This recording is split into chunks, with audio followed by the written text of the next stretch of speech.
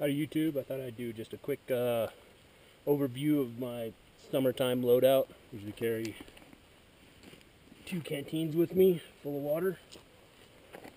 Try to fill them up wherever I can. That'll keep me going pretty well as long as it doesn't get too hot. These are just Nalgene canteens. I cut the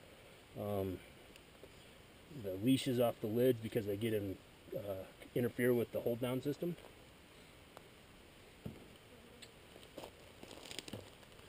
Carry a small survival tarp with a wool long sleeve shirt in case it starts to get a little chilly or I get wet.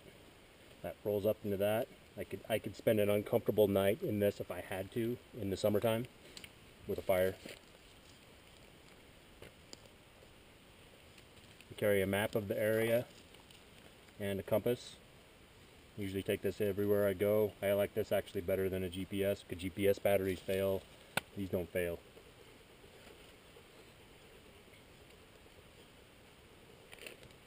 I carry 3 sources of light. I've been stuck out after dark hiking many times, and a good headlamp is indispensable. Keep your hands free, and you can still hike pretty quick. I also carry a Surefire flashlight. These are both Surefire products. That's a Surefire Outdoor EL2. It's a great flashlight. It's LED, lasts forever, bright as can be, tough as can be, and that is the Surefire St. Minus. It's not the best headlamp in the world, but it's got Surefire quality, so you know it's going to work.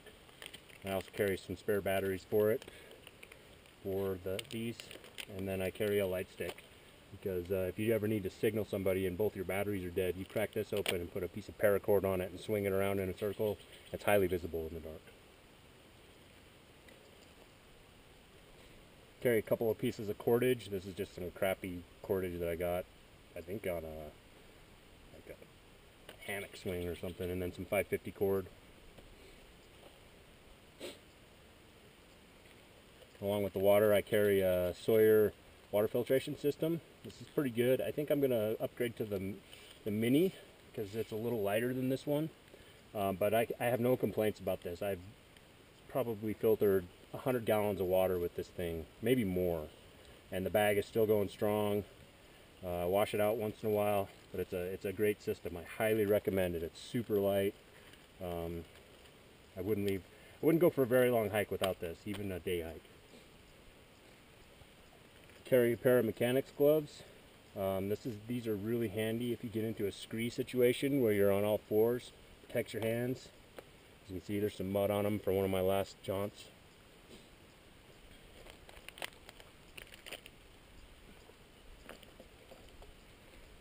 Carry a simple first aid kit.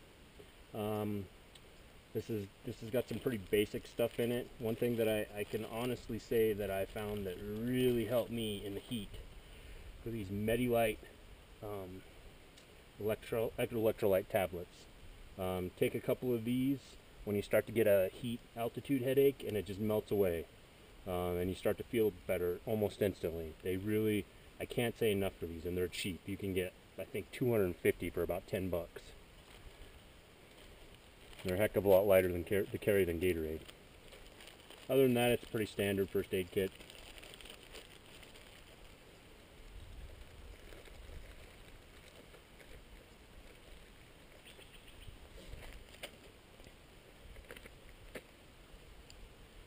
Carry a short hank of heavier rope, and I carry this for a couple of reasons. It's multi-purpose. The first and most used purpose is for a dog leash. I just tie this to my dog if I'm in an area that requires leash, and then I can take it off, and it can be used to replace straps. It can be used for lashing, for a improvised shelter. It's just a light piece of rope, and I use it for a ton of things. I also carry a multi-tool. This is a Leatherman Wave. It has everything that I could want in it except an awl. I kind of like to have an awl. Just because, when you need to drill a hole in something, a knife blade just isn't very good at it. But other than that, this has, a couple of decent blades, a saw, a file, scissors, all the screwdrivers you could need, and a can opener. What else could you want?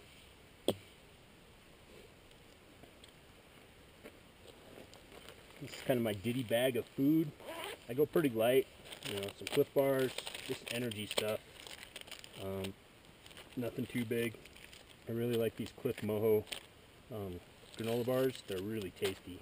Regular Cliff Bars are good, but they don't taste all that great in my opinion. They're just okay.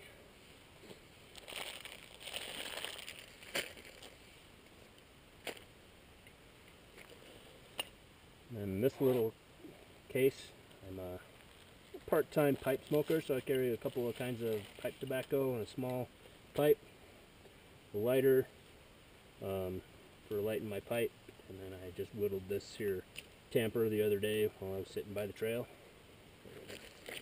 Don't sit on my stuff. Go. Get. And lastly, I carry my fire kit. This is just a little plastic container with cotton balls in it.